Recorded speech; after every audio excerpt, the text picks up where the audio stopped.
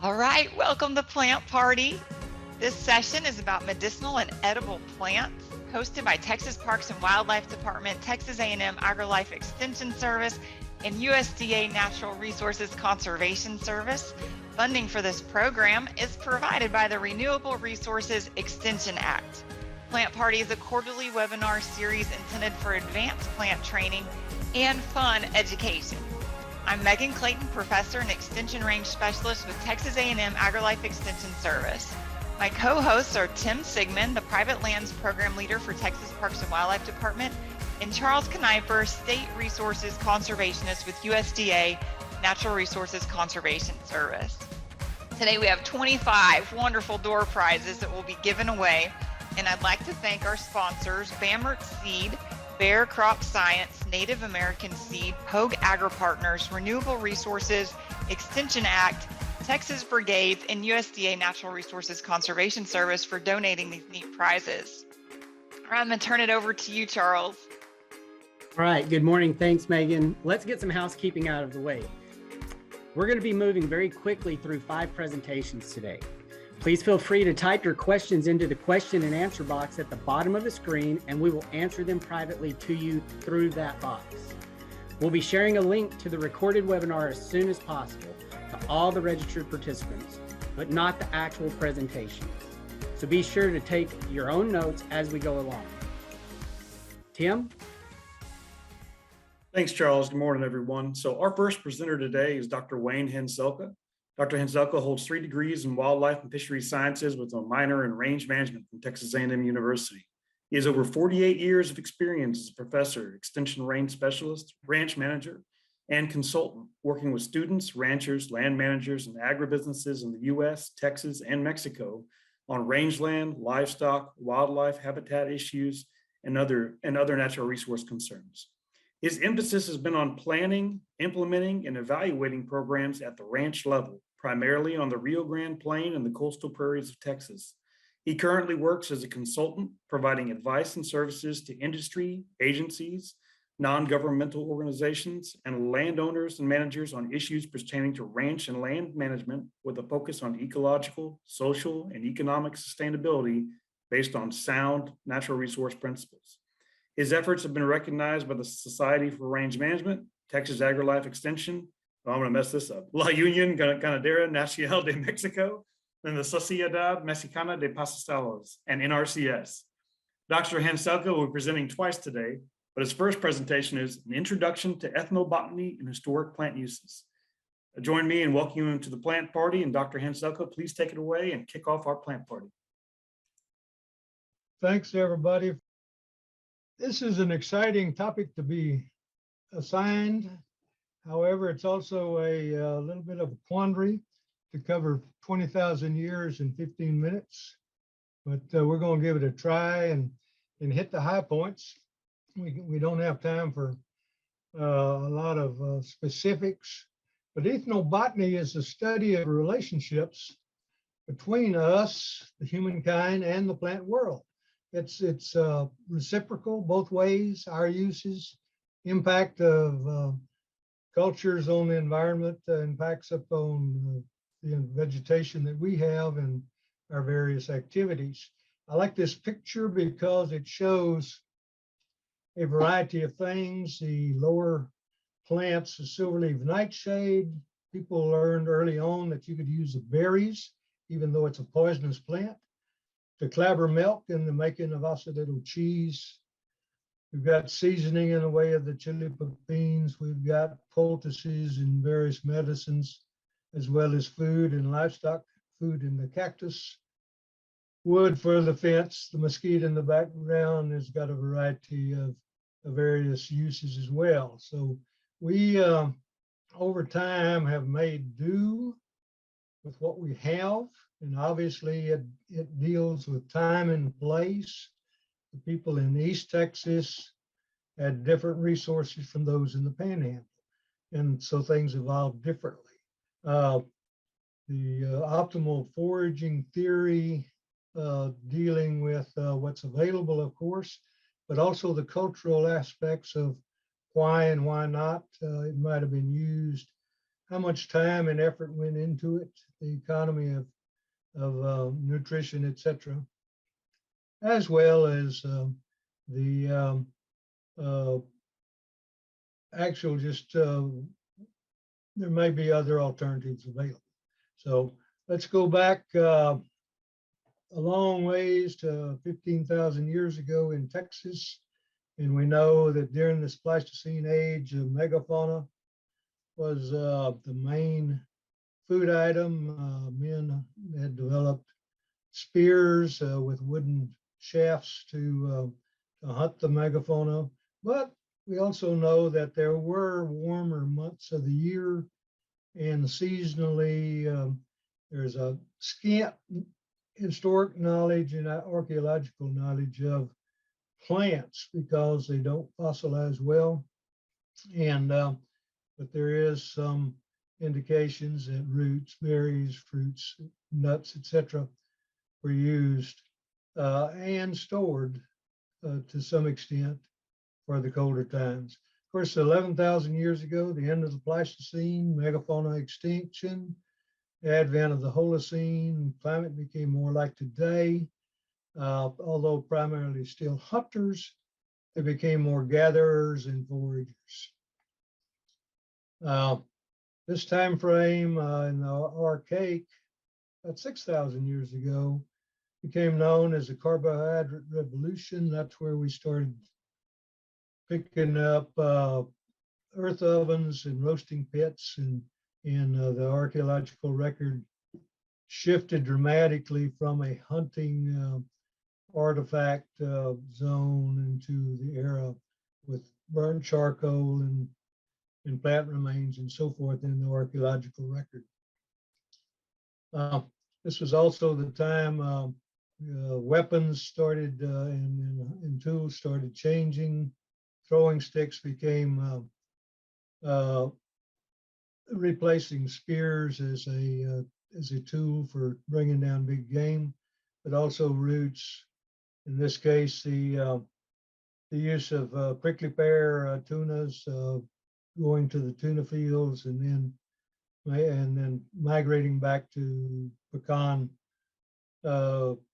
orchard situations along the rivers during that time frame. We can see that various plants parts were used in everyday life, whether it be baskets, sandals, cordage, and all obviously indicates twine and thread of some sort. This was also the time we started finding tools to grind food. The mortar and pestle, mokohete, was developed about this time, and of course the drill holes in soft limestone where they ground seed in the meal. Moving on forward, in the late prehistory eras of earth ovens and ovens became more apparent. Early agriculture had its advent about this time, moving up from various pockets in Mexico and South America and converging in the northern Mexico, Texas area. Wasn't intensive, very extensive, obviously. In this case, they might have just thrown some seeds out and returned sometime later to harvest whatever had grown there. They also dug roots, and we're beginning to get, with the advent of the Spanish, a written record. Food supply was principally of three kinds. Very bad, swell the man that eat them, occupational hazard, so to speak. Roasting roots or hunting deer along the coast, they use various forms of sea life as well. These are some of the plants archaeologists think were some likely candidates for the roots, whether it be the wine cup or the rain lily or the camas and the wild onions. The conquest in the 1500s, 1528 more or less, the Spanish started moving into the New World and bringing with them cattle, sheep, pigs, new crops in the form of wheat, oats, and so on, and various forays in agriculture, as we'll see in a minute, as well as new methods of stewing, roasting, and grilling. This brought about an integration of new and old world foods and ways of doing things. And so the diets changed, the uses changed. This was an interesting aspect. The maize, the corn, the beans, the squash were all developed separately and at different times, and then slowly over time converged into a kind of a symbiotic system where corn formed the basis, squash grew on it, and beans provided the nitrogen for it. And this became the basis for agriculture for many, many years. Domesticates were also becoming around at that time, whether they were beans or potatoes or chili peppers or whatever, again, brought into the folk ways and the food ways of the people. The historic period in the 1700s, colonization, the missions and presidios and land grants were all factors in the development of what is now Texas. And some of the major aspects, salient aspects we need to think about is that the missions brought new crops. Cotton, for example, was brought in about 1735 or so, and into the missions of San Antonio. San Antonio was established in 1718. The Indians that were brought into the mission system were attempted to be converted from hunters, gatherers to farmers. So this was kind of the advent of crops. The acequias or irrigation system in San Antonio was established about this time. That's still in extant today. Through the 1800s, colonization, Stephen F. Austin, Power, Hewitson, McGloin, McMullen were all granted lands to bring in settlers. Austin brought in mainly people from the U.S. The other two were Irish, but also later on in the 1800s, Prince Solms Braunfels brought Germans into Central Texas. The Polish were settling around Panna Maria. The Czechs were settling around Schulenburg, etc. And so we were beginning to get a mix of traditions, of languages, and of food and food ways and uses of the resources, and to kind of amalgamate and evolve into what Texas became in the late 1800s and through the 1900s. I'm going to use some examples right here, just quickly, again, from time and place of uses of the plants by the early settlers and as they evolved on up to today. Along with new foods, new methods of preservation, old methods actually were refined, such as drying, pickling in brine or vinegar. Food preparation was picked up. Corn meals were established as well as wheat meals, etc., in the mid-1800s. And then settlers had to survive on into the off season, so to speak, and so they had to do what they could to preserve the plants, whether it be trying to dry them or in the case of meat, jerk them using salt and other methods. So some of the ways we've used plants, we think of foods, and foods were important from a sweet tooth standpoint. Almost everybody talks about bees and honey hives and bee trees and so forth in the early settlement of Texas. Of course, the pecans and nuts and berries were important, as well as some of the early cucumbers, say, still are harvested in the pastures down here in Brooks County and in South Texas.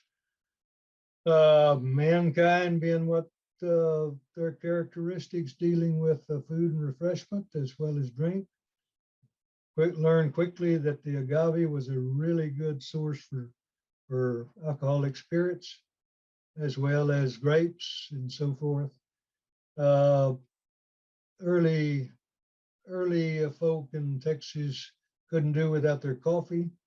And down in the valley, when there wasn't coffee, ebony pods were used as a brew as a substitute for coffee.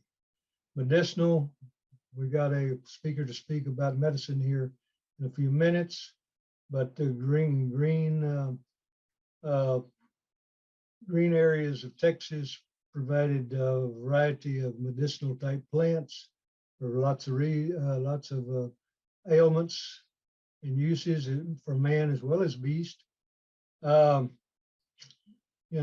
northern Mexico, southern South Texas, curanderos became very adept at knowing the herbs that would do specific things, and became very popular in the folklore and in use. And in fact, today there are still herbarias in various communities scattered over the southern part of the state, at least, where people still depend on teas and poultices and so forth. Religious and rituals, from peyote to Jimson weed to roasting and fermenting agave and sotol hearts by the Mescalero Apaches for religious experiences are all part of the folk ways for using plants. And then, of course, we learned early on which grasses were more nutritious, what would fatten our stock, what were poisonous in the way of browse plants as well as forbs. And some of the browsing issues, such as the use of mesquite beans, not only for human flour and foods, but also for livestock, and then burning prickly pear cactus, getting the spines off of it to give access to the cattle. Utilitarian, I'll speak more about this in a while, but daily activities in life, whether it be utensils or tools or furnishings or shelter, is use plant parts. And then the last I'll list here is landscape uses for both beautification and shade. This is a quick overview. I would like to say that exercise caution when foraging, know what you're consuming, and then let's give a big shout out to all those early humans who died figuring out which plants were edible. So with that, I'd like to thank you and to give some acknowledgement to John Kevin Henselka. He's an ethnobotanist and archaeologist with TxDOT. He and I went over this presentation thoroughly, and he contributed a lot and gave me some advice in the preparation. So thanks, appreciate it. Thank you very much. Thank you, Dr. Henselka. We look forward to hearing again from you here in just a little bit. So next up, we have Daniel Cunningham, nationally regarded as a leading horticultural expert, specializing in edible gardens, native pollinator-friendly landscapes, rainwater harvesting systems, and efficient irrigation design. He conducts more than 100 programs each year for both homeowners and organizations. In addition, Dr. Cunningham frequently provides expert-level training for conservation-centered organizations, including master gardeners, master naturalists, and native plant societies. He also conducts CEU and keynote programming for professional landscape architects and nursery professionals. His consultation work on a multitude of demonstration and production garden projects, both at home and abroad, provides critical leadership in plant selection and management, as well as water use best practices. You may have even seen him on the Dallas news outlets. So we welcome Daniel for his presentation on native plants and traditional food uses in Texas. So take it away. Thank you so much, Tim, and thank you to Megan and everyone for putting this together. What an exciting topic. I will say just one correction: no doctor, no PhD for me, just a master's. But let's go ahead and dig into some traditional food uses. But you may be looking for some of this food yourself. I think that's why most people are turning in today. So where can you actually find it? I would argue that you can find food everywhere, whether it's traditional native plants or maybe some non-indigenous plants, invaders that have come in through our backyard, maybe our friends and neighbors' backyard. I forage. All my friends know I'm kind of a weirdo and want to eat their weeds. Nearby fields or abandoned lots, certainly there's food in those places, as well as wild areas nearby creeks. If I find whether they're disturbed areas or undisturbed areas, they tend to be water areas more dense with different edible plants around a pond, a park, different trails, whether it's walking trails, hiking trails, biking trails. I love to bike and forage because I can cover more ground. But you can find edible flowers, shrubs, and trees, as well as weeds, the plants people traditionally think of as weeds, pretty much anywhere you go. Now, I will put the caveat there. You have to have permission, especially in Texas. It's dangerous to go on somebody's property without asking. So make sure you have permission before you do that. Knocking on somebody's door may seem kind of strange. A lot of times people look out their Ring camera at me and it's like, what does this big bald guy want? But once they open the door, most people are going to be friendly and accepting. I also would encourage you, especially when we're seeing record-breaking temperatures in Texas, that you do forage safely. So just like Dr. Wayne said, make sure that you're positively identifying any species you would eat, but also, is there any pollution in an urban area, any herbicides, different insecticides, maybe animal. I'm not going to go forage any kind of green in a dog park. Cars nearby, or there's brake pads or heavy metals building up. Make sure that it is property that you've asked permission to be on. Pay attention to heat, again, with 100-something degree temperatures going on hikes. Wherever you are in an urban area makes sense to be safe and carry water. Make sure, again, you do have permission. You don't want to get yourself in trouble. Take water with you and stay hydrated, especially critical in days like today. I always am going to take a hat because of my bald head, wear lots of sunscreen, bug spray, whatever your favorite is. Foraging in Texas or just hiking in Texas, I always wake up in the morning with ticks crawling in bed with me, and so tick check is probably a good idea. And then take pictures, bring different ID books with you to help you make sure you do positively identify stuff. And then just, again, make sure a plant is edible before you dig in. Now, probably my first occurrence of foraging or eating wild foods were when I was a kid, maybe second grade, maybe even earlier than that. Would eat the dewberries around our neighborhood, and my cousins lived in the country. And back then, we didn't really think about it that we were foraging or anything like that. It's like you see a wild blackberry, and you would put it inside your mouth, and it tasted sweet. And maybe we should have been practicing safer foraging etiquette back then, but I think it was something that everybody did. In fact, my mom last year foraged dewberries and made dewberry cobbler, which is one way that we like to use them. There are several different types of rubus that we find throughout Texas. The one in my area most commonly is the Rubus trivialis, or whatever that species is. But you can eat them just raw. You can cook them in preserves. You may want to make jams and jellies and can them, and then you can use that as an ingredient, on top of ice cream or in cobblers. Typically, you find them at the edge of forest or wooded areas. You can also find them in ditches and in fields, low water areas. They tend to accumulate in these little patches. Typically, we find them in late spring, early summer. In fact, my family just went on a little hike and ate a handful of dewberries. We want to make sure we are saving plenty for wildlife, but where they are in abundance and we have permission, we certainly like to harvest those. Another plant that is pretty common for folks to forage is the pecan. Dr. Wayne mentioned that indigenous peoples did that, but it's something that, people's parents and grandparents and great-grandparents did. The wild pecans are typically smaller and have a thicker shelf, but many of them, depending on the tree, I actually think taste superior to some of our improved cultivars.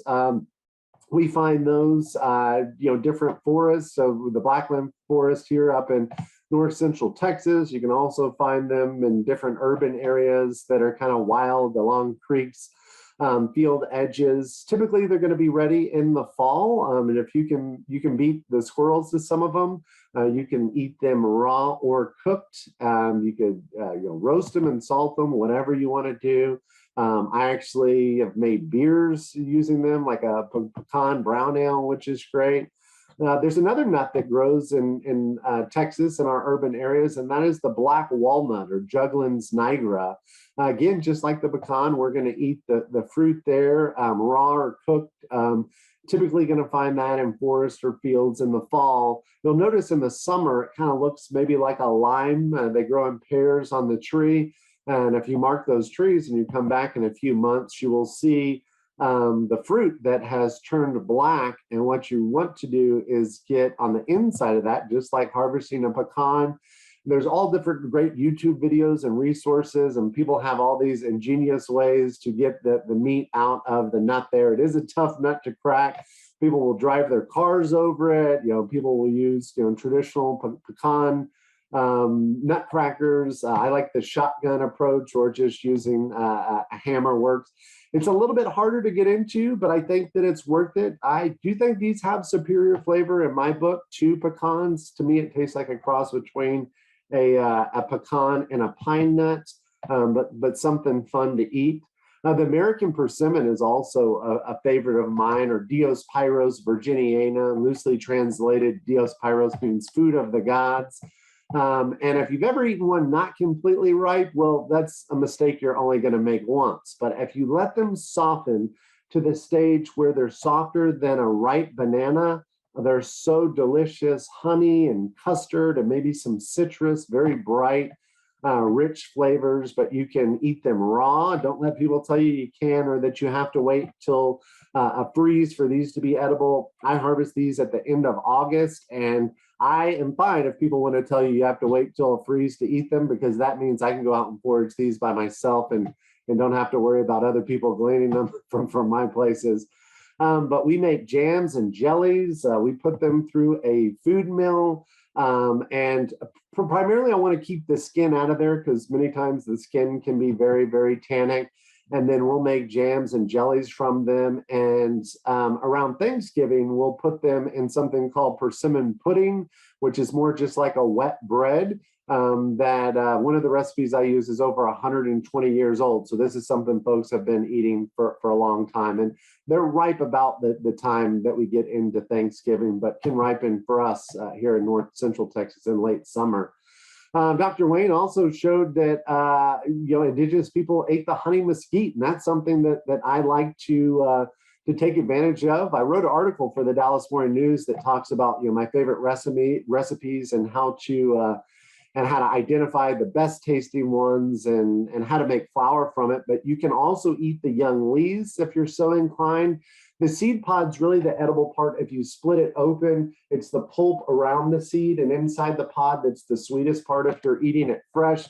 You can also dry them and put them inside of a Vitamix blender. I typically like the ones that have little flecks of red. I just find that they have a better flavor.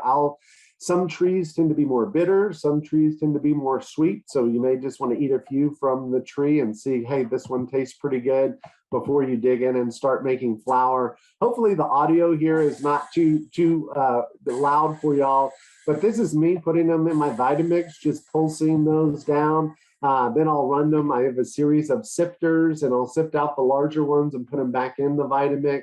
You don't want to run it just solid all the time, or it will get gummy. And then you can mix that really in any recipe that calls for flour. I would start like trading out maybe a quarter to half cup at a time and using some other traditional flours. It has a low glycemic index, so it has a little bit of sweetener for folks that are worried about diabetes, but a great forage food. Creeping cucumber, also known as cucamelon, is one that we'll start to see this time of year, typically growing around kind of wooded areas along fields and edges. It's all over urban areas as an aggressive weed. Tastes like a cross between a cucumber and a lime. Make sure that you're eating the unripe fruit, because the fruit, when it's completely black, has a strong laxative effect. But it's a great forage find that indigenous folks certainly ate, and just something we can continue to eat now. And this is one when I take people on foraging outings, they really seem to gravitate forward. We're looking at different spices. You may want to look at the prickly ash or the toothache tree, or xanthoxylums, closely related to the Szechuan pepper that we eat in Szechuan cuisine. What we're actually looking for here is the husk on the outside. These are a little bit too dry. If you can get them with, they're a little red, they're a little better. But you can put them in a pepper mill, and you can use them just like Eurasian folks will use the Szechuan pepper. It will kind of numb the mouth a little bit, and so you can handle maybe a little bit more heat. Early pioneers and indigenous peoples would use either the leaves or the bark. There's a chemical in there very close to novocaine, which will numb the mouth for toothaches, which is how it's got its other common name. Love to eat the sugar hackberry. Those are the ones that are most common in my area. I believe it was early used by indigenous people in different dried mixes and mixed with buffalo for pemmican. I think it kind of tastes like a fruit roll-up. So these are coming to be ripe right about now. It has kind of a little pulp on the outside that's sweet, and then the seed on the inside is pretty crunchy, but it's a nice little snack, and probably one of the sweeter things that you can find foraging this time of year. Something else you may want to dig into are eating the grapes. The one most, oops, that's a wrong scientific name, Vitis mustangensis. But delicious, delicious, a little harder to eat raw. You can take the peel off, and if they're completely ripe, you can eat a few of them. You don't want to eat a whole lot, or you can get an upset stomach. So it's better to go ahead and cook those and put those into jams or jellies, syrups, but is a great forage food that is almost everywhere in our area, whether it's in wild areas or in urban areas, typically in field edges where there's a little bit of shade during the summer months. I also love to forage greenbrier. In fact, when I first started dating my wife and we would go on hiking expeditions, she thought, oh, this is kind of weird. This guy is trying to eat all the plants. But I took home some of the tips, the new shoots and tendrils from the greenbrier, and fried them up with a little butter and salt. And she was mind blown at the flavor. It's maybe like asparagus with a little hint of maybe licorice to it. Historically, the roots of this plant were also used as one of the roots in root beer. You can get the starches from those and beat them up and mix it with water and get the pulp out. But to me, that's kind of too much work. So mostly this time of year when we're hiking, we'll just eat the new shoots raw or take them home and cook them in butter. Ground cherries are kind of coming ripe around our area. I have some just right behind me on this wall that I've been watching. You know they're ripe when they actually fall off. Some of the names call them Chinese lantern, or husk tomato is another closely related species. But when they fall off on the inside, as that outer husk dries off, the fruit inside will turn yellow. All different types of species here. But you can eat these just like you would. You may have heard people call Cape gooseberries or tomatillos. Some of these can be on the sweeter side. Some of these can be more on the savory side. So you can use them like you would use either the tomatillo, like in salsas, or if you wanted to, you could use those just like as a fresh berry. And we're eating Cape gooseberries right now at my house, which are in season. But you can forage these. And honestly, if you see these growing in your backyard, maybe that would be a good spot to go ahead and plant a improved cultivar of ground cherries. And you can find them from like Baker Creek and Native Seed Search. If you wanted to grow some of these, actually cultivate them in your backyard. Another thing we just got done harvesting a lot of in our neck of the woods are the wild garlic and onions, or the alliums. Allium canadense is the one that is kind of most common in our area, the meadow garlic. And so you can eat the tops of that we kind of see here, the little bulbets, or you can eat the leaves or the roots or the stems. Many of them can be fairly strong. Some of our wild onions are a little bit more mild. I want to make sure that we have large populations of these before we're harvesting them. Depending on the species, some of them are really aggressive and prolific, and it's fine to harvest those. Some of the onions, our native onions, grow in kind of smaller patches, and so we'd want to make sure that we have at least 30 plants or so, and maybe only harvest about a third of the plants, and maybe even not even take the bulb, just like folks sustainably harvest ramps, because we again don't want to be disturbing these populations, and make sure we protect those for folks to enjoy for future to come, and even wildlife that would use them. Wild plums are also something we can dig into eating.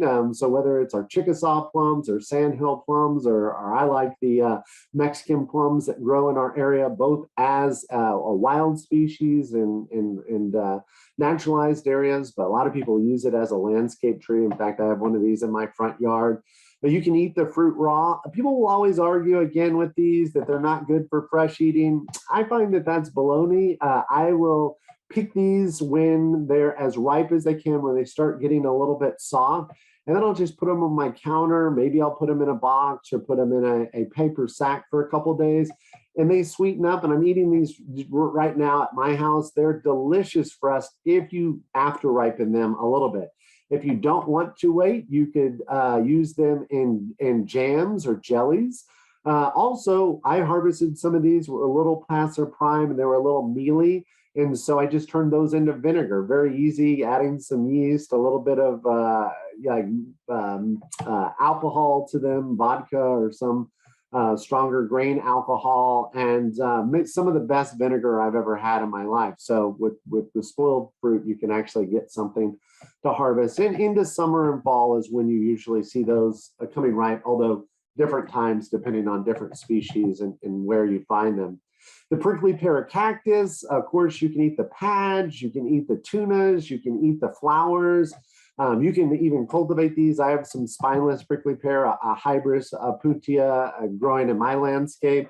But you can also burn off the spines and the glaucids if you want to, and eat the pads. You know, you could pickle them and kind of napalitas con huevos, or you could use the tunas or the fruits. My wife likes making a syrup from it. We can put them in our margaritas. You can make jellies. The seeds are edible, high in protein. In fact, most of your Mexican grocery stores are going to have a protein powder made from the seeds of these. So a lot of great resources there. And yeah, who doesn't love a prickly pear margarita on a hot summer day? Another thing I wanted to talk about is we have native and non-native amaranths. In fact, amaranths have been bred. You can go to the grocery store and buy amaranth seed, but anything in that genus will produce an edible seed as well as an edible leaf, which is, it's fantastic. You can use it as a vegetable. The seeds are high in protein. You want to make sure, though, that you harvest the seeds if you are growing them at home, because they're going to put out thousands of seeds at a time, so they can become a little bit aggressive.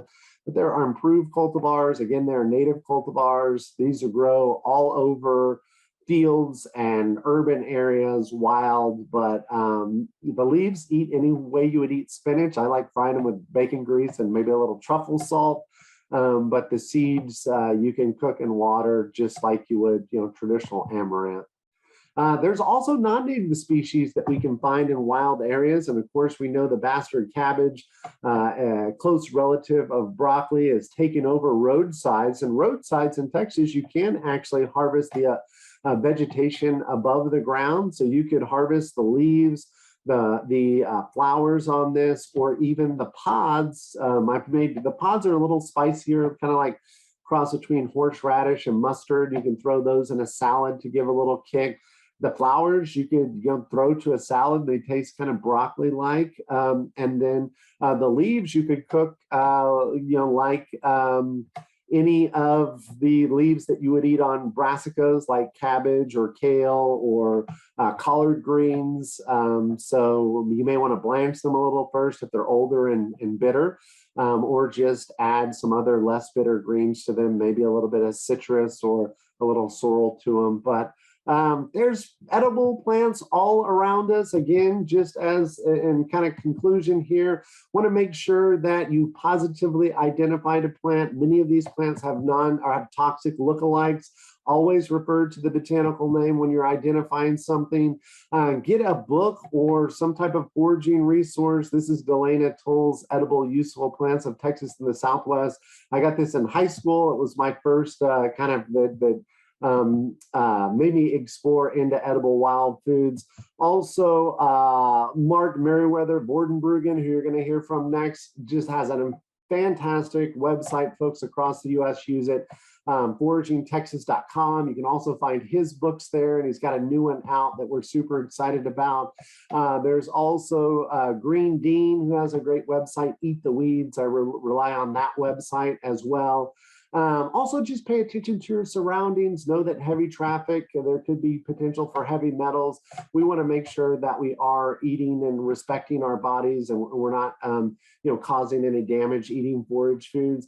And then just a caveat: just because something's edible doesn't mean that it's going to taste good to you. You may not like collard greens, so that means that you may not like to eat the bastard cabbage, but try a little bit, see if it's for you.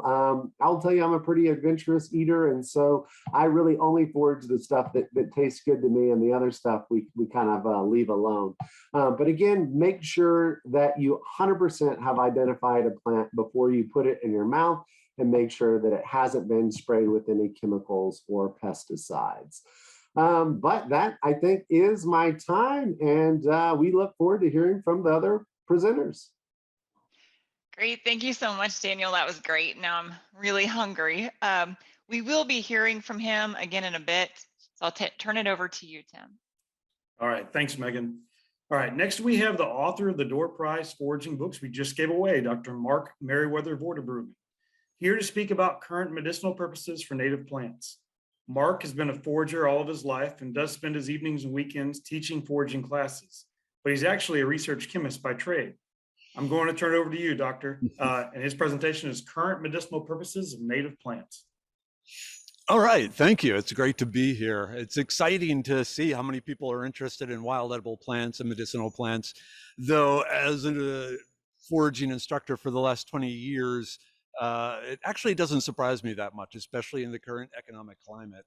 So today I decided I was going to do something special.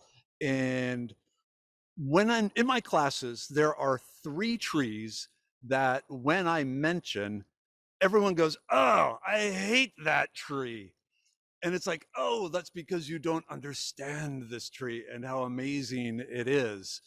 So my goal today is to introduce to you these 3 trees and show you the amazing medicine they provide. Now, I cannot see. Is my slide presentation up, Tim? Can you answer me?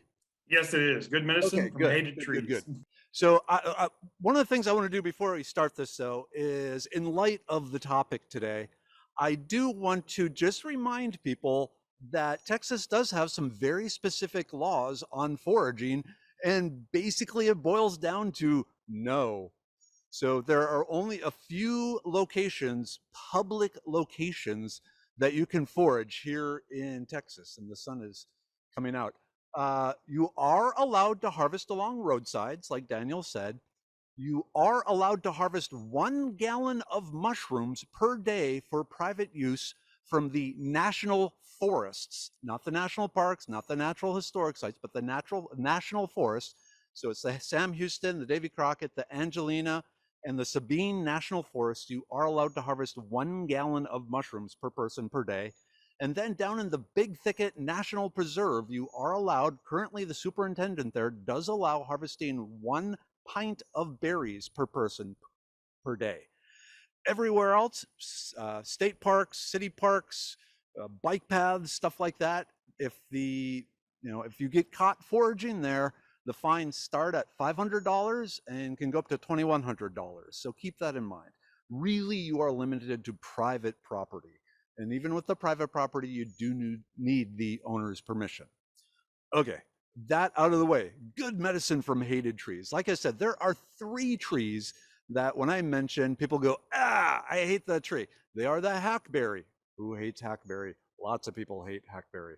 They are the mulberry. Some people like mulberry because they understand the fruit is delicious, but usually they just think it makes a mess of their patio furniture from the animals that eat the mulberries and then excrete the mulberries, which are very colorful. And then finally, the sweetgum with the spiky balls. Everyone hates the sweetgums. Just a brief introduction again. I am the medicine man for Medicine Man Plant Co. by using my background in medicinal chemistry to bring the ancient plants with a scientific foundation to modern illnesses. Of course, my book, my new book, The Outdoor Adventure Guide, Foraging, and my website, foragingtexas.com. Currently, there's over 225 plants on there, edible and medicinal plants. So something, if you are into this thing and haven't checked that website out, you might want to see it because there's a lot of information on there. Okay, FDA disclaimer. We need this. Otherwise, as a healthcare provider, I can get in trouble. I can go to jail. So you should consult a licensed healthcare professional before starting any herbal supplements, especially if you're pregnant or have any pre-existing injuries or medical conditions. And the statements have not been evaluated by the Food and Drug Administration. These products are not intended to diagnose, treat, cure, or prevent any disease. We're from the government. We're here to help you. All right, that out of the way. I just want to spend a few minutes on talking about where I find my information, because you can go there too. The National Library of Medicine, they have an electronic database, pubmed.gov, where in the search bar, you can type in like, hackberry, medicinal, and it will bring up all the scientific research that has been done on the medicinal properties of hackberry or any plant or any mushroom. Or you can do like diabetes, herbal, and it will bring up all the research on different herbs that have been tested to see if they help with diabetes. So it's a great resource. It brings up usually at least the abstract of the paper. And if the paper was funded with public money, often the entire paper is there.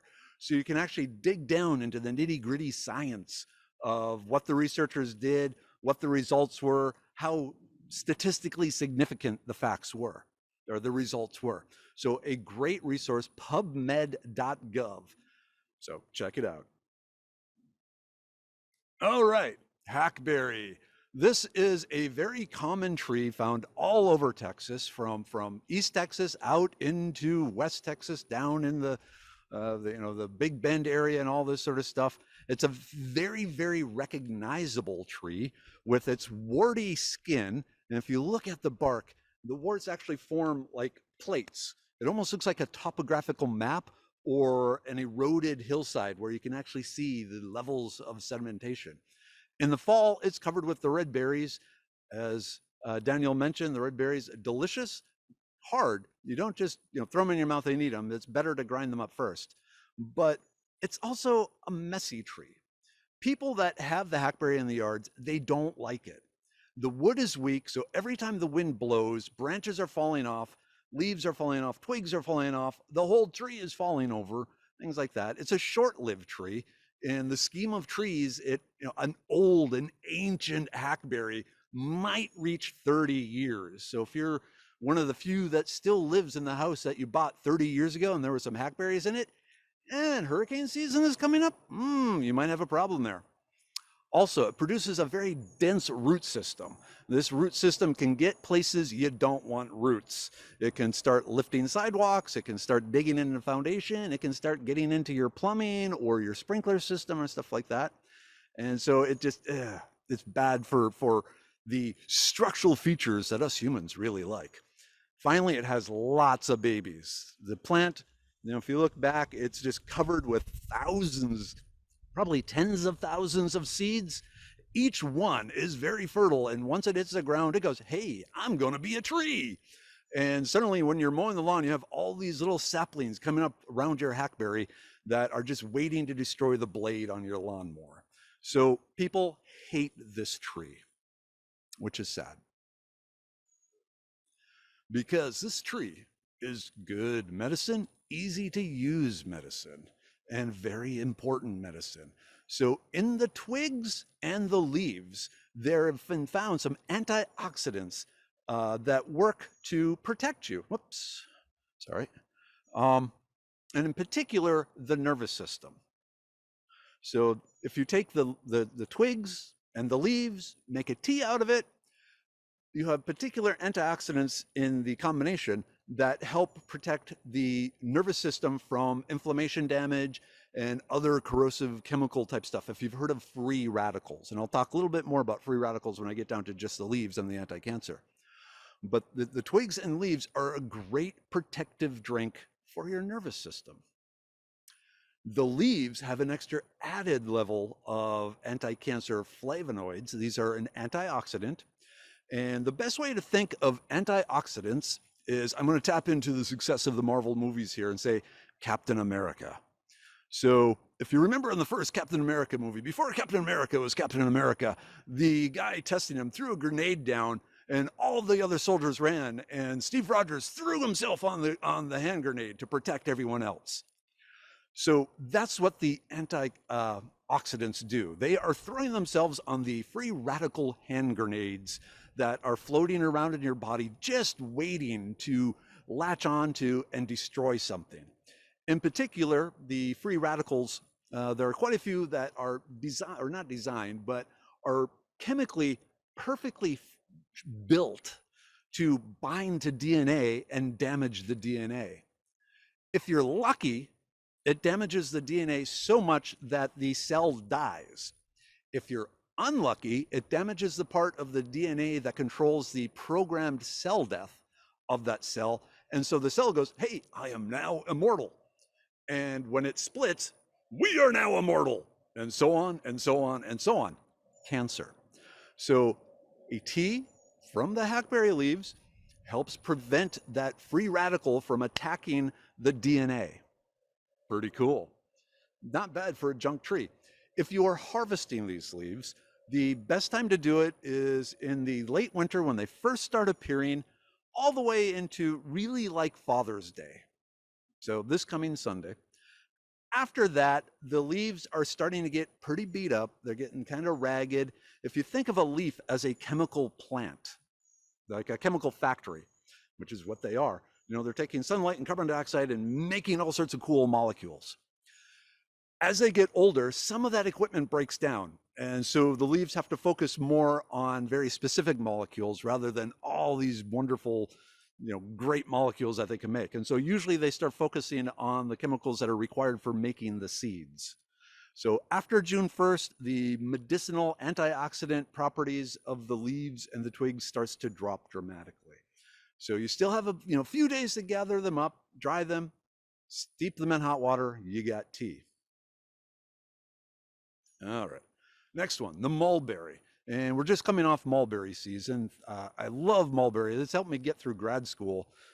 As outside my apartment, I had a huge mulberry tree, which I would gather the hundreds of pounds of fruit off it every spring and turn it into fruit leather and just survive that way. People don't like mulberries. They hate it because it's messy, especially the fruit. The fruit, bright purple usually, or black. The birds eat it. The birds, do what birds do. And suddenly your cars, your patio furniture, your house is covered with purple slime. People don't like it. Like the hackberry, they are short-lived. Again, 30 years. They get very large in their life, but they are still short-lived. And so if you have a hackberry within crushing distance of your house, you might want to look into that. Again, like the hackberry, the roots cause damage because of the size of these trees and the leaves. They go through a lot of water, so they are extremely thirsty. So they're sending out roots looking for any source of water, especially during the drought seasons of Texas, like what we're in right now here in Houston. So again, any source of water underground that they can get into, like a sewer pipe, a sprinkler system, water line, anything like that, they're going to go, oh, yeah, this is mine now. Lots of babies. Mulberry is another one that uses just the overwhelm everyone method of survival by producing lots and lots and lots and lots of seeds to then, each one producing a new tree. Another thing people hate about the mulberry is that not all of the trees produce fruit. Those that like the fruit will have a mulberry tree and they'll be really excited and they'll let it grow to about 7 years, because it usually takes about 7 years for the mulberry to mature to get to the point where it would produce fruit if it's female. Unfortunately, a lot of the mulberry trees around here, mulberry trees in general, are male, because we have separate male and female trees. Only the females produce the fruit. So until the tree is about 7 years old, you don't know if you have a male or a female. They haven't figured out a way to sex the tree yet. And at that point, the tree is pretty large. So if you were hoping, yay, mulberry fruit, and you got a male tree, now you got a big tree that you would think, well, it's not doing fruit. I need to take it out. Not good. Also, they are susceptible to a lot of diseases. So they're not only are they short-lived, but they're easy to infect with all sorts of stuff that can kill them even sooner. So people hate it. They shouldn't. If you go back to PubMed and look up Morus, M-O-R-U-S, the species name, and medicinal, you'll find tons of research on it. So especially the leaves and the bark, anti-cancer. So they're loaded with the antioxidants that throw themselves on the free radical hand grenades. So great. Antidepressant. One thing I've noticed in my career as an herbalist is there are a lot of depressed people out there. And one thing that is shown to help is, again, tea made from the mulberry. It helps with the serotonin and dopamine levels in the brain. Kind of nice. Same thing with anxiety. So depression is separate from anxiety. Anxiety is uncontrolled worry in a lot of ways. So again, the mulberry leaves, male and female. So if you have a male tree, you still got medicine. It helps with anxiety. It has been shown to reduce the inflammation in arthritic joints. It helps control proper cholesterol. It works as a cough and flu suppressant. It helps with the colds and flus. It shortens the lifespan of a cold and a flu. Diabetes. Here's something that's really interesting. So they found that 3 grams of mulberry leaf per day, taken 1 gram with each male. That's not much. It's just like a leaf, maybe 2 leaves, but just 1 gram of mulberry with each meal, so 3 grams a day, works as good at lowering blood sugar as metformin, the most common of the type 2 diabetes blood sugar control medicine. So something to think about, especially with the shortages going on with pharmaceutical drugs. It's always nice to know herbal supplements that are, herbal, we'll call them supplements that can be used in replace of your things. So type 2 diabetics, if you're out there, really, think about mulberry and mulberry leaves, 3 grams a day. Headaches.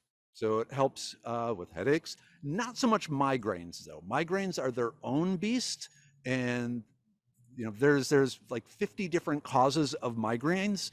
So it really depends on the specific cause of the migraine. That being said, if you suffer from migraines, it's worth trying.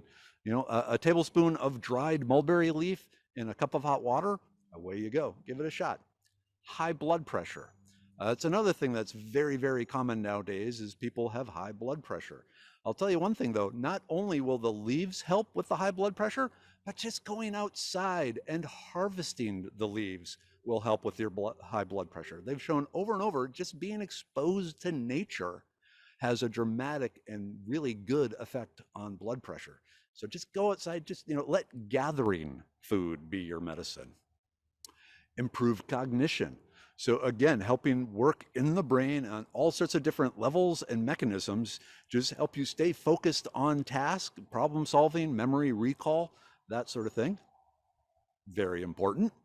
Sore throats, it helps soothe sore throats. And finally, there's some really good studies showing that it helps, rejuvenate the skin and make it look younger again. Not a bad plant.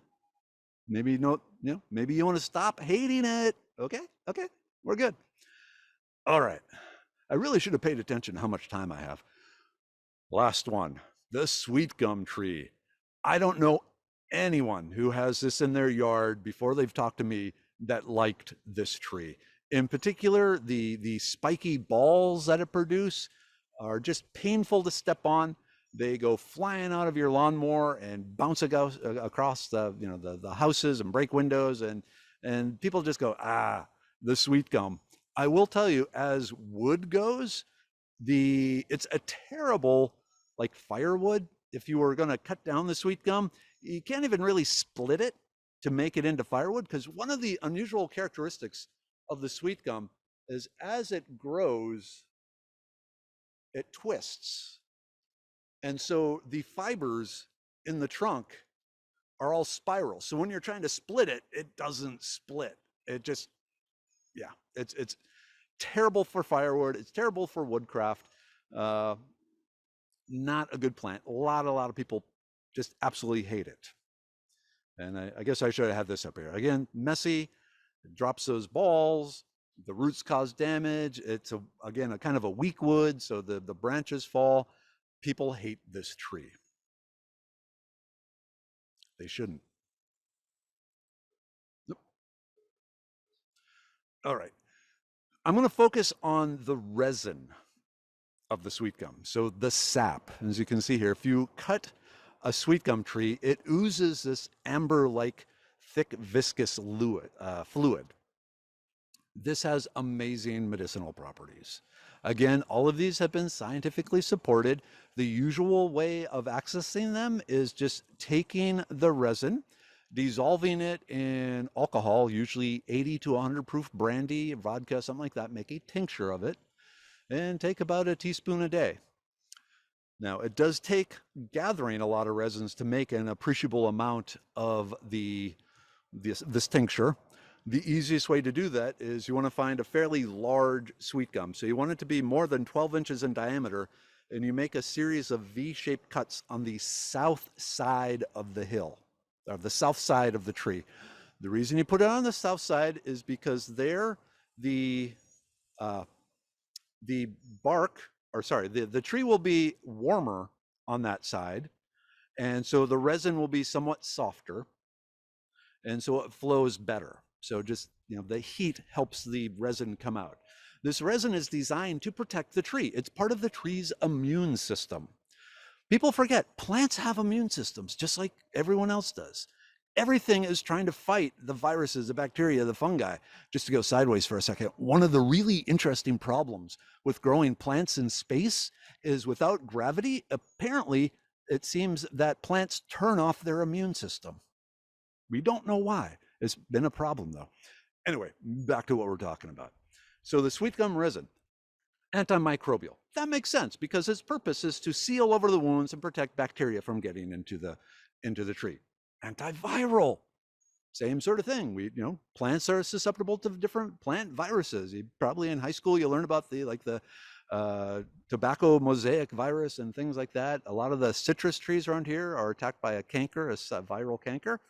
The sweetgum has been shown to have antiviral properties. Anti-cancer. Again, going back to the antioxidants, helping protect the free radical damage, but specifically they've shown that these target the free radicals that would be trying to attack the DNA, which suggests then that the compounds from the sweetgum are actually getting into the cells and patrolling the cells, again, like Captain America. Anti-inflammatory. Going back to like the joints, the joint pain, any sort of swelling sort of thing, it's going to help with that. It's going to reduce the swelling, probably by blocking the histamine reaction. Cough suppressant.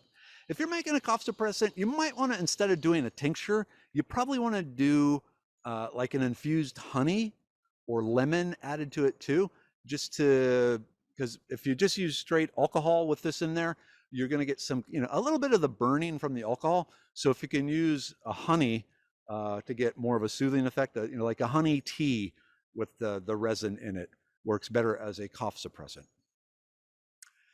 Antihypertensive, again, going back to blood pressure. It helps stimulate the nitric oxide in the body. Nitric oxide causes your blood vessels to expand and relax, making it easier for the blood to pump through them. If it's easier to pump the blood through them, the pressure needed to pump the blood goes down, so it reduces the blood pressure in that way.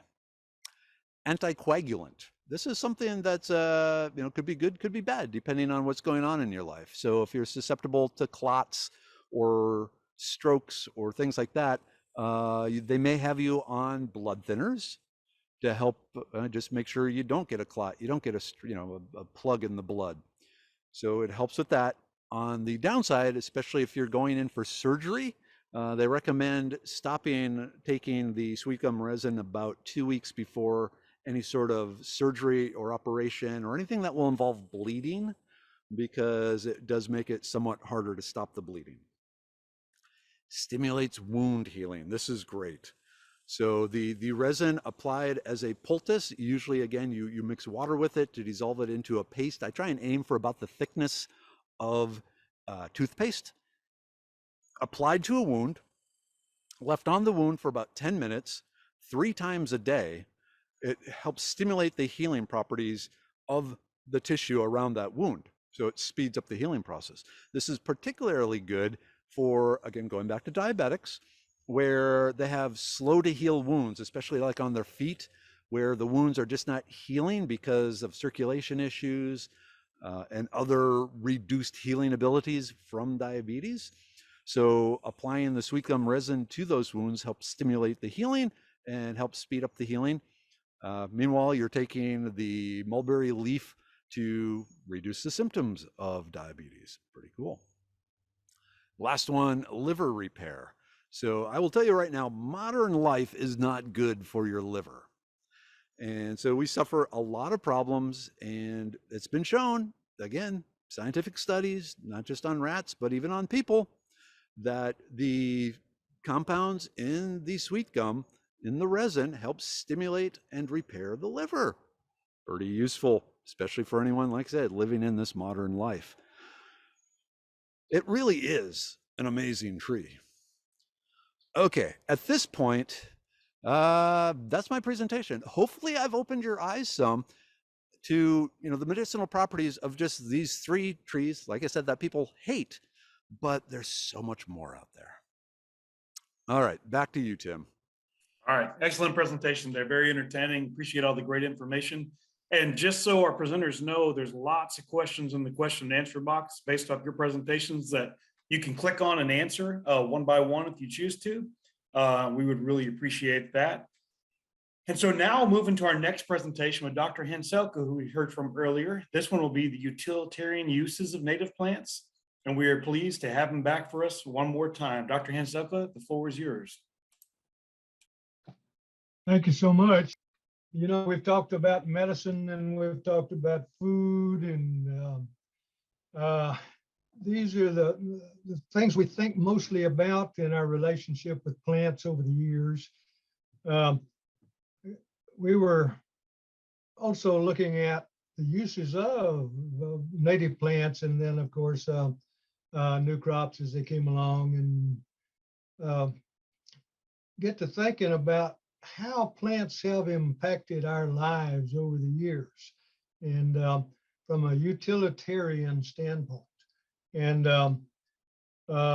then we get into the quandary that many of these have developed over time, but in the last 50 to 70 years have been either replaced by commercialized versions, the lumber industry, the hardware industry, and so forth, as well as many of the items around the house, the homestead, are now substitutes or maybe even artificially made. So this is going to be kind of a potpourri of history, as well as how we got here today on some of these items that we take for granted, essentially. And I'd like to start off again by saying that the people who settled and grew up and developed East Texas obviously had a whole different set of resources than those that settled El Paso. And so, again, if we look at and apply the foraging theory to what's available and the ingenuity and adaptation of peoples, we see differing parts of Texas being um, having different traits and cultures and ways of doing things. And so it makes it a little more difficult to generalize. But let's just say early on, when anybody went anywhere, they had to use what resources was available to them for shelter. And so if we look from a utilitarian standpoint, the use of wood, whether it be trees or shrubs or dry, or we cut it down or whatever, as well as cane, palm leaves, grass to make our shelters. The early indigenous peoples use hides as well as some of these native plants. And this isn't limited to the architecture may vary a little bit, but the materials are what's available. The lower right here is ocotillo stalks from the West Texas Big Bend area. Of course, if you were in an area with forestry and with trees and hardwoods, your shelters were made from shingles and logs and so on. But if you're out up on the plains, again, you're using native resources, whether it be the short grasses in the form of sod. But all of these have in common that you need some kind of hardwood or softwood, if it's cottonwood, for example, for the beams, for the vigas, for the door frames, and for windows, etc. Out west, obviously there wasn't any hardwoods to speak of. Cottonwoods growing along the streams, and these were used for supports and for beams. But one thing I want to point out is that the adobe is essentially refined and made popular by the Spaniards when they settled Texas. Adobe is mud, of course, but if it were just mud, it would shrink, it would expand, it would crumble. So the adobe is made with a binder, and this binder is usually straw or grass. Again, a use for a native plant. And then, of course, the ramadas were to provide some kind of semblance of shade, dealt with carrizo cane and other kinds of plant materials. Hill country, sandstone, limestone, parts of South Texas, casas de sillares, which is the big caliche blocks. And again, everything they had in common with the rest of them were that the doors of frames, the vigas, the beams, all had to have some kind of native plant. This house is, or this cook shack is on a ranch down in Zapata County, and it's typical of some of the architecture and building in the 1800s. And it's stacked mesquite, daubed with mud. But you can see here that larger woods had to be used for the supports and the beams, and then thatch, sacatone, was used for the thatch there. And just some more examples of the roofing. Specifically listed in some of the literature dealing with building materials were, of course, the Alamo cottonwood trees, cypress along the Guadalupean oasis.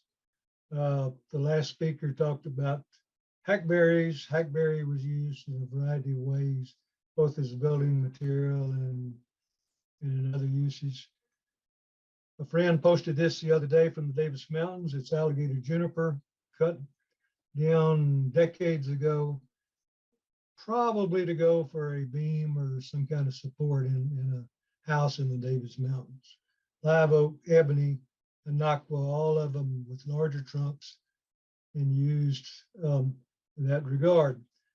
Other utilitarian uses up until mid 1800s and later, not many people in Texas saw a need to fence, especially down on the coast. There were some stonemasons building stone fences in the hill country. Mifflin Kennedy, however, in 1860, I believe, fenced in a peninsula down here north of Kingsville, enclosing 130,000 acres using cypress planks and creosote posts. This was washed away in the next hurricane, so there were issues involved in fencing. 1880s, the government brought in McCartney rose as a rose hedge, again a plant material. Unfortunately, McCartney rose did not stay in the fences and now covers something like 500,000 acres of Texas. Barbed wire in the 1870s brought on a need for fence posts, which brought on a need to find a good wood. Mesquite has been used, ebony has been used. It soon became clear that neither of these were useful from a longevity standpoint, and cedar became the wood of favor for fencing.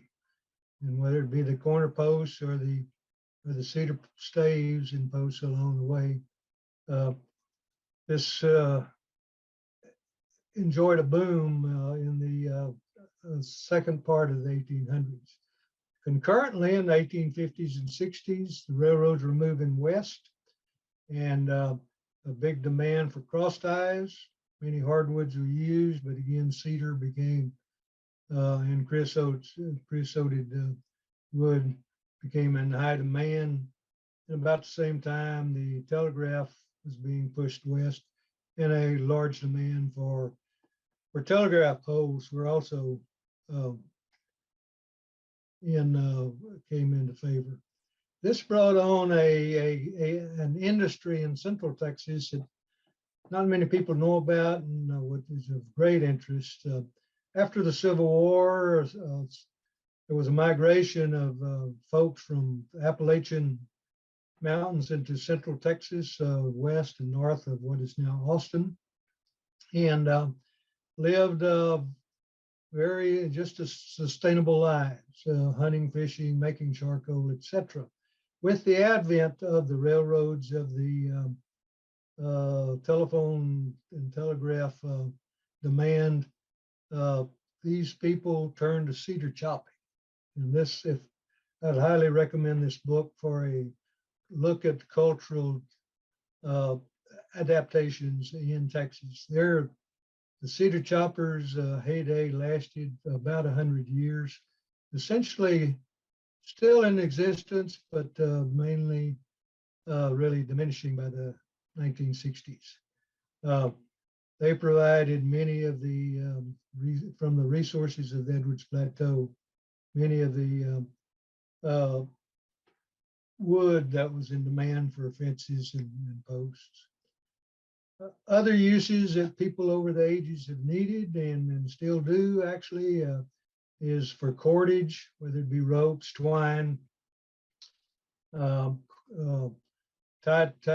strips, etc., textiles, and so forth. A friend, Benito Torino from Rio Grande City, is here demonstrating the making of twine from a yucca leaf, using the end of the leaf as a spine, as a needle to sew up sacks, to sew up clothes, whatever. Basket weaving, of course, has been around for eons, starting with the archaic, as we were talking about earlier. Cotton was brought into the missions at San Antonio in the mid 1700s, and by the 1800s, it was being grown in Texas, and craftsmen were making textiles and homespun from the fiber. Those are the settlers coming to Texas that were lucky enough to bring their spinning wheels, enjoyed this early on. Baskets I mentioned, and textiles of various kinds for either storage or for clothing or whatever, and then of course cordage. This slide was used earlier back in the archaic periods where it just illustrates for various uses plant materials were being used. Primarily, this use is from the yucca plant, the soto plant, and the magueys, the agaves.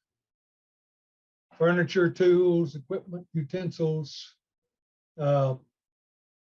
These wagons were essentially bought, but wheelwrights used local materials to make the wheels, and then axles, single trees, etc., were made locally and from local materials. Around the house, prior to good china and glassware, you make do, in this case with the gourds, you make do with woods for utensils, you make do with rough pine for cabinets, for beds, for tables. Fuel became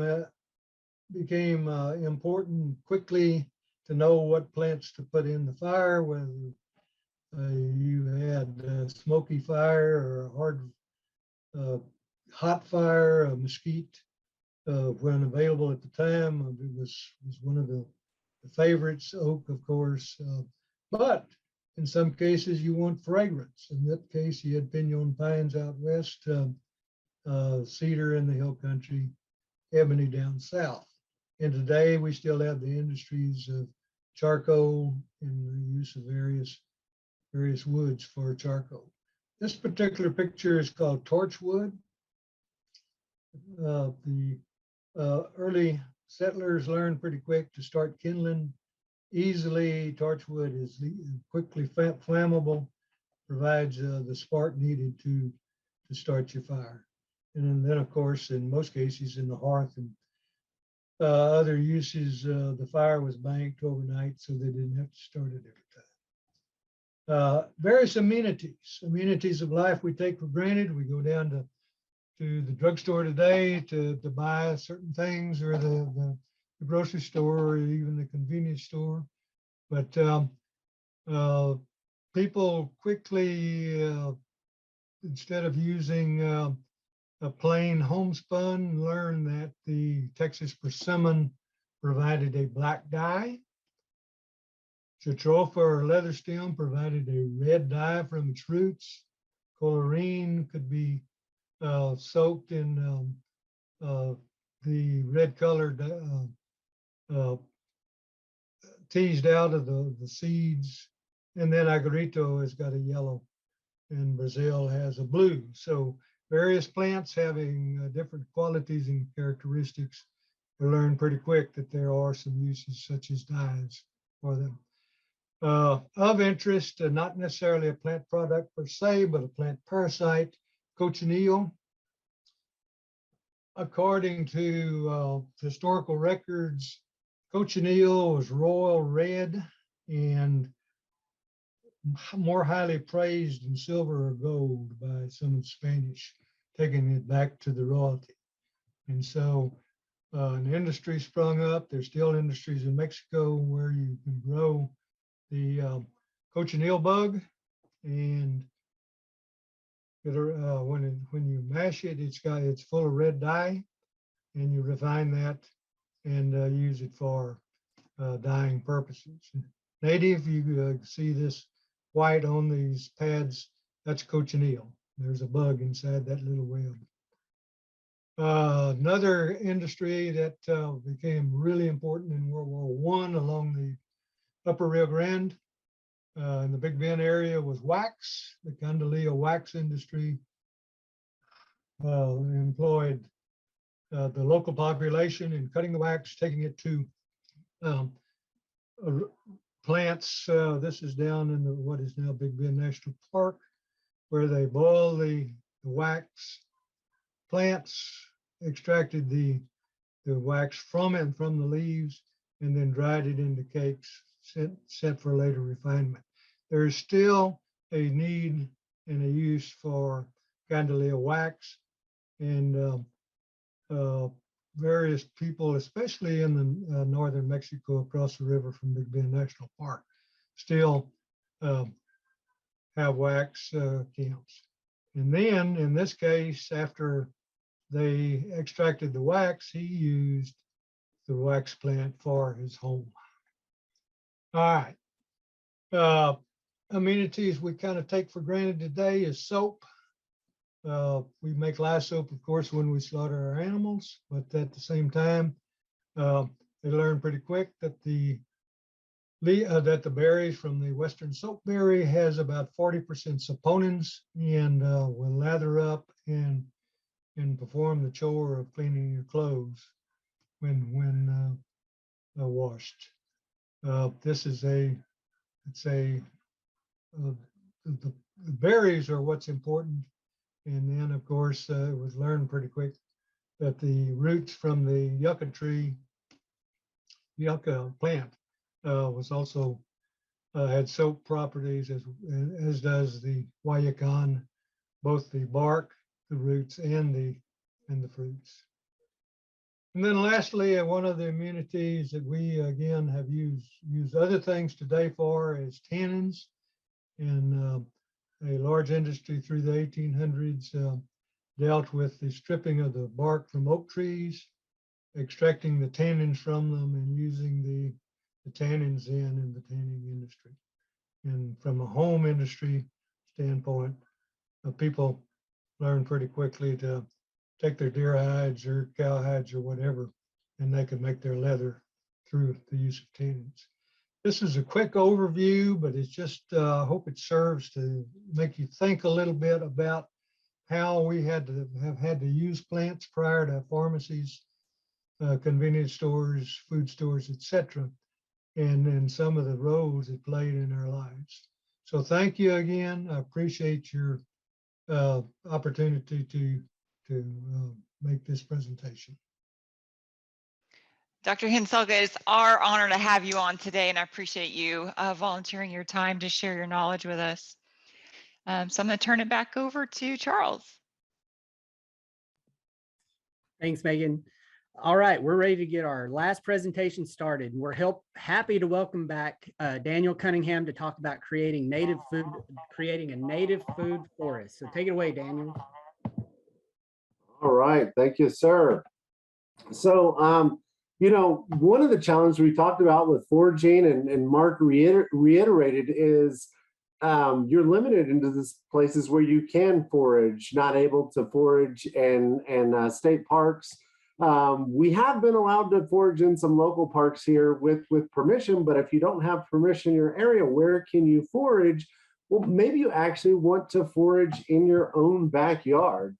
And that is something that you can start by in the plantings in your landscape. So traditionally, if we go out in the ecosystem behind our house in a creek in a wooded area, you're going to find different plants that each have a different role or fill a different niche. So there are plants that grow in the upper canopy or the over canopy, like pecans and bur oaks that actually produce food. There are understory trees like our redbuds and our Mexican plums that are more understory trees.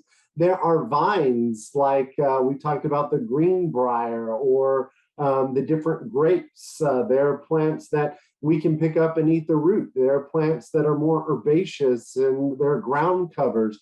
There are different shrubs. And so if you look at plants that grow in the wild and you take advantage of the spots that you have that are similar in your own landscape, then you can kind of take advantage and you can kind of build the food forest that we believe many of the indigenous peoples help to cultivate at different times. So I always want to plant Texas natives. I have a retail nursery here in North Central Texas, and about 60–70% of what we carry is going to be native to North America or native to Texas. Now, the benefit there is they're adapted to our soils. You definitely want to plant plants in your landscape that are adaptable, whether you have clay soils or sandy soils.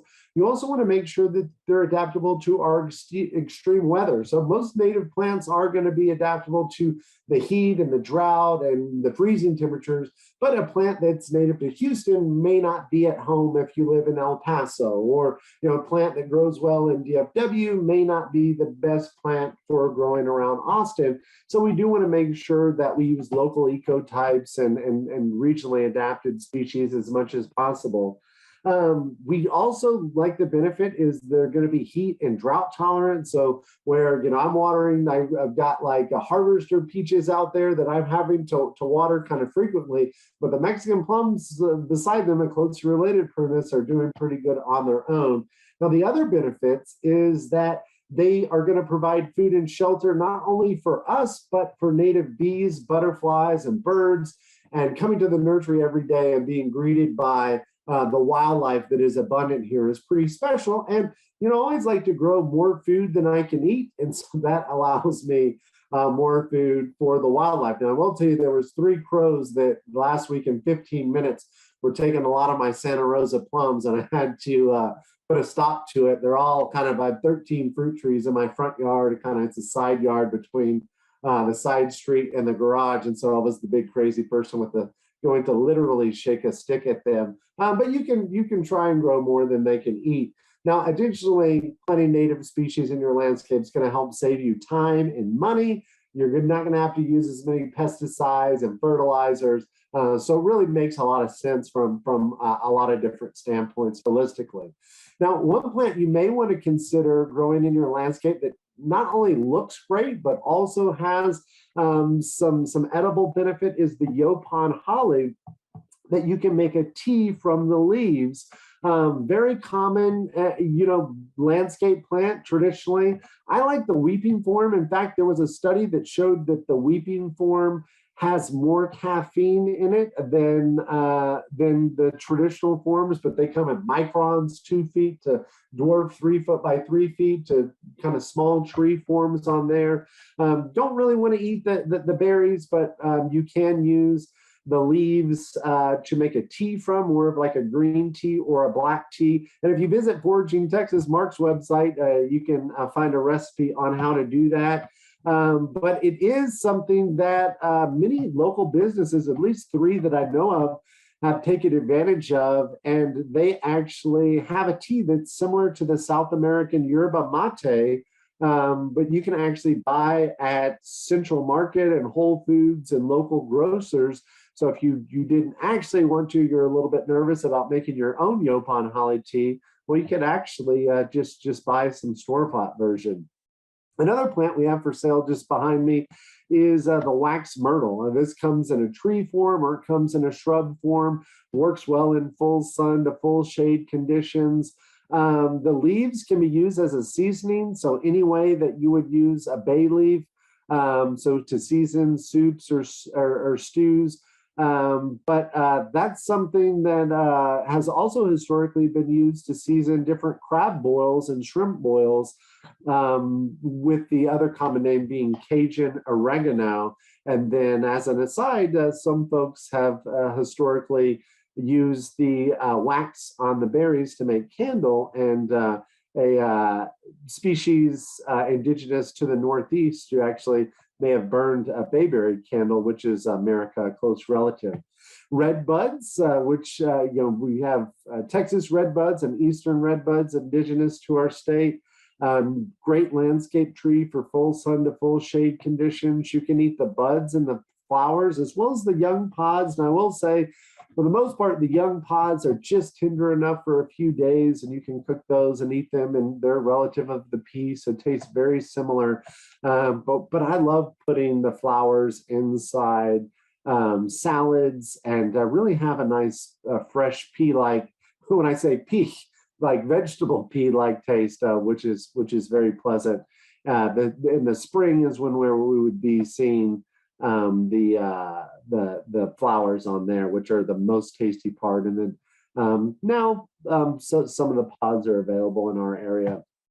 American beautyberry is another great shrub to grow in landscape settings.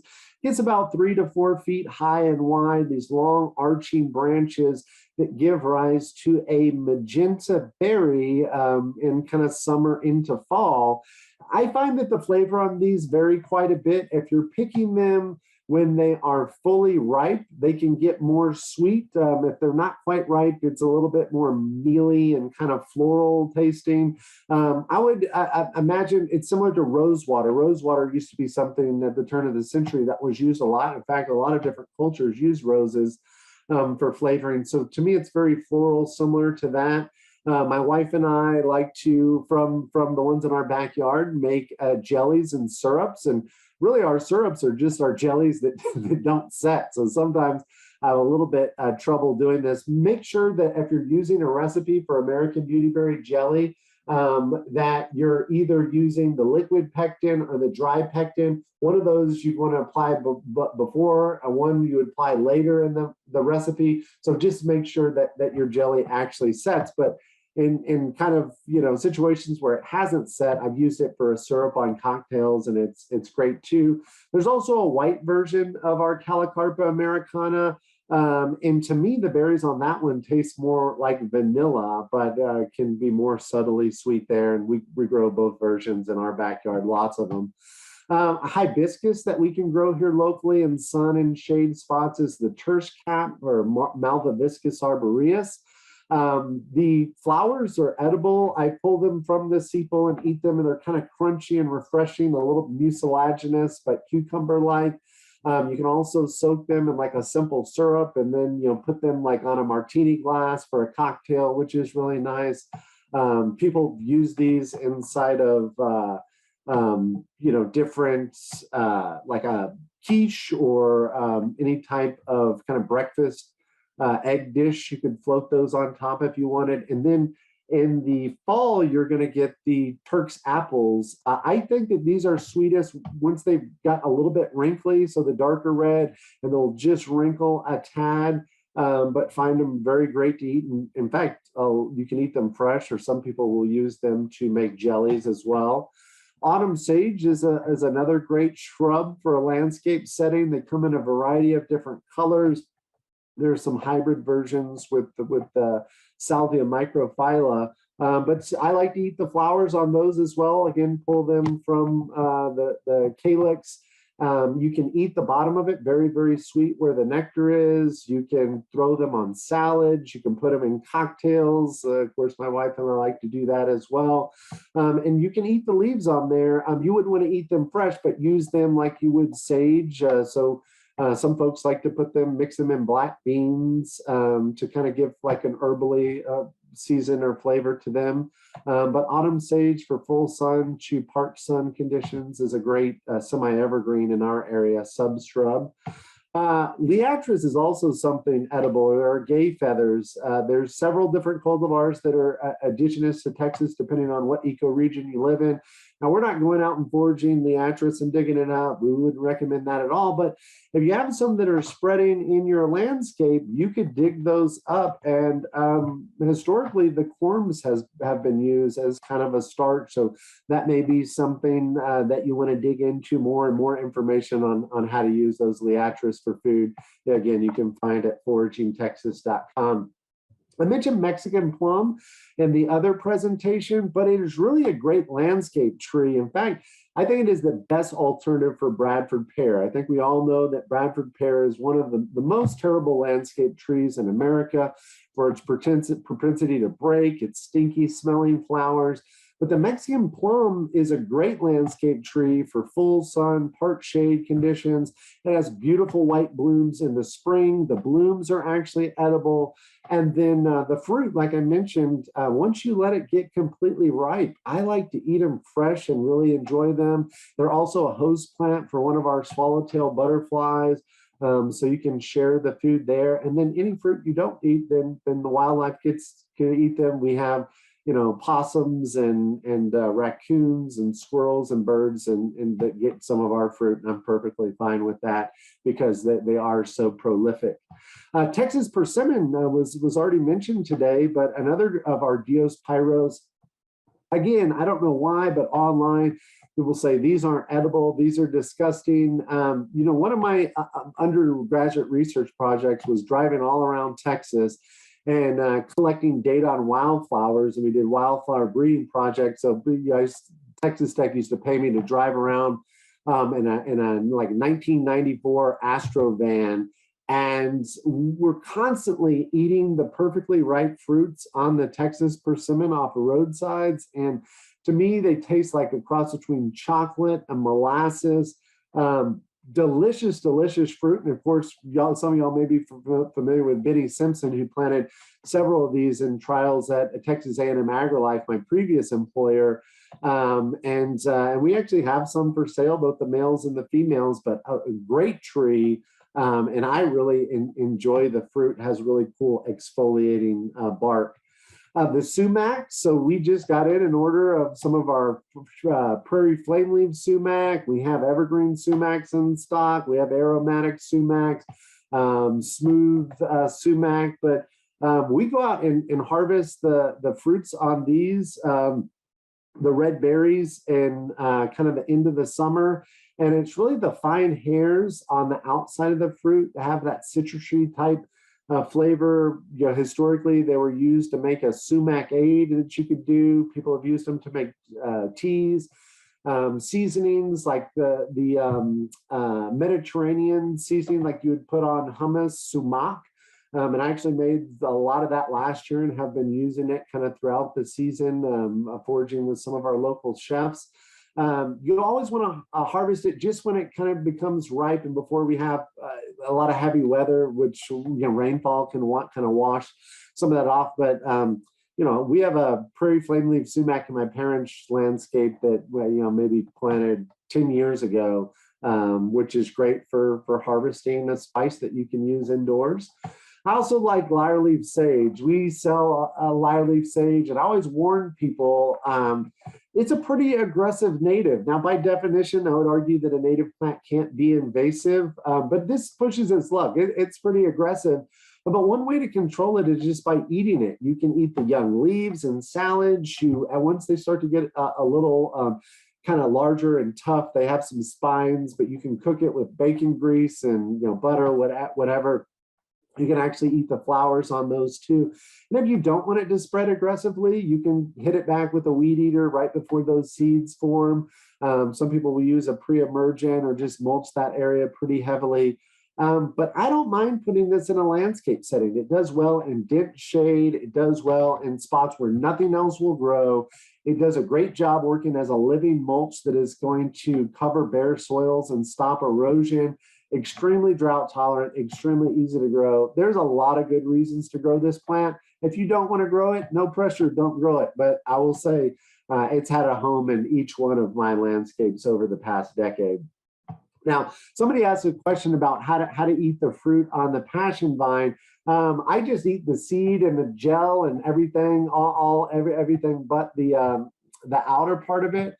What I have found, though, that these aren't self-fertile. So if you're buying like 2 from a nursery, like we just got some Passiflora incarnata in stock, they're typically taking clones. So it's all genetically the same material. So if you get the white Passiflora incarnata, or if you have another Passiflora that blooms at the same time, then you can get fruit set. But if you just have one genetically identical clone that you planted 3 versions of, you're not going to get a lot of fruit unless maybe you have, some wild types growing by the creek by your house.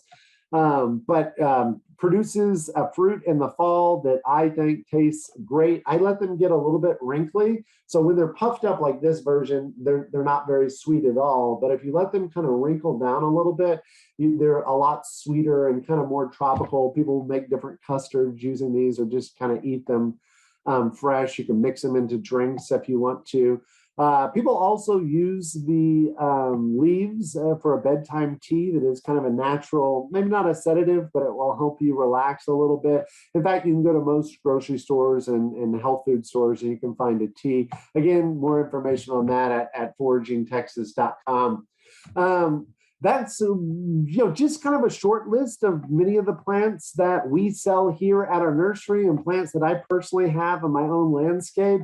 I get really excited about ethnobotany and the historic uses of plants. And one way to kind of keep that going and to honor those plants and those traditions is to use them in our landscapes. And not only are we getting something in return, but we're giving back to wildlife. We're helping to save water. We're helping to build habitat. And especially as it's critical in urban areas where urban sprawl has taken away some of our wild areas. So maybe you want to join part of the rewilding effort and then get some food back in return. Now that's all I have this presentation. I'll go ahead and throw it back to Charles. All right, thanks Daniel for a great presentation on native plant foods, and thanks again to our door prize sponsors, Bamert Seed, Fair Crop Science, Native American Seed, Hogue Agri Partners, Renewable Resources Extension Act, Texas Brigades, and USDA Natural Resources Conservation Service. Thanks again to our speakers and to you all for attending our 7th Plant Party webinar, The Biggest Yet. Again, Plant Party is a quarterly advanced plant webinar training series brought to you by USDA Natural Resources Conservation Service, Texas Parks and Wildlife Department, and Texas A&M AgriLife Extension Service, and sponsored by the Renewable Resources Education Act. We will be sending a link to a short survey by email, or you can type in the address you see there on the screen and chat box, or we'll pop up the QR code that you can simply hold your phone camera over and click on the link that pops up. As a thank you for filling out our incredibly short survey at the end of the Plant Party, your phone number from the survey will be entered into a randomized drawing for an additional Plant Party cooler and 2 journal books. So there are 3 more chances to win simply by completing the survey. The next Plant Party will be on September 28th with a Forestry 101 theme. So bring your learning cap for something that may be a little different for many of us. We'll send an email with more information to all the past registrants. Finally, thanks to those who sent in their native plant recipes. We've compiled a little recipe book and we'll email that out with the link to the recording as soon as it's available. If you're watching this recorded presentation, you can download the recipe book from our Plant Party website. Thank you, everybody.